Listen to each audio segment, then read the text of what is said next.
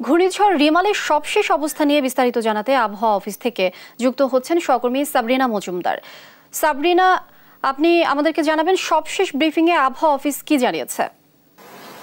লিনিয়া, আপনি যেমনটি বলছিলেন যে এতক্ষণ আমাদের যে আবহাওয়া অফিসে ব্রিফিং হলো এবং সেখানে মোহাম্মদ আজিজুর রহমান পরিচালক কথা বলেছেন এবং তিনি যেটি জানিয়েছেন যে প্রবল ঘূর্ণিঝড় রিমাল সেটি উত্তর পশ্চিম বঙ্গোপসাগর ও তৎসংলগ্ন এলাকায় অবস্থান করছে এবং সেই জন্য পায়রা ও মোংলা সমুদ্র বন্দরকে 10 নম্বর মহাবিপদ সংকেত এবং চট্টগ্রাম এবং কক্সবাজার সমুদ্র বন্দরকে 9 নম্বর মহাবিপদ সংকেত দেওয়া হয়েছে এবং এটি এবং 10 নম্বর মহাবিপদ সংকেতের আওতায় যে 9টি জেলা থাকবে সেটি হচ্ছে খুলনা, সাতক্ষীরা, বাগেরহাট, পিরোজপুর, ঝালকাঠি, বরগুনা, বরিশাল, ভোলা ও পটুয়াখালী। এবং 9 নম্বর মহাবিপদ সংকেতের আওতায় থাকবে 7টি জেলা চট্টগ্রাম, কক্সবাজার, ফেনী, কুমিল্লা, নোয়াখালী, লক্ষ্মীপুর ও চাঁদপুর।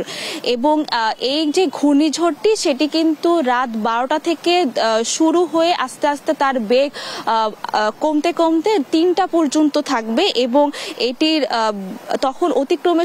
অতিক্রমের সময় বেগ থাকবে 90 থেকে 120 কিলোমিটার। তবে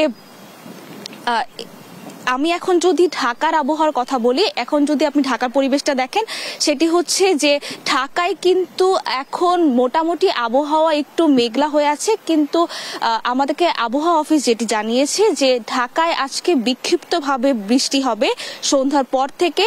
এরপর কালকে কিন্তু সারা দেশব্যাপী বৃষ্টিপাত হবে এই ঘূর্ণিঝড়ের জন্য।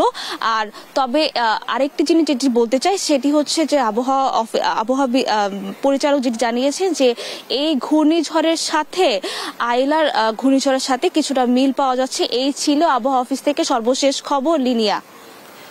সাবরিনা, অসংখ্য ধন্যবাদ।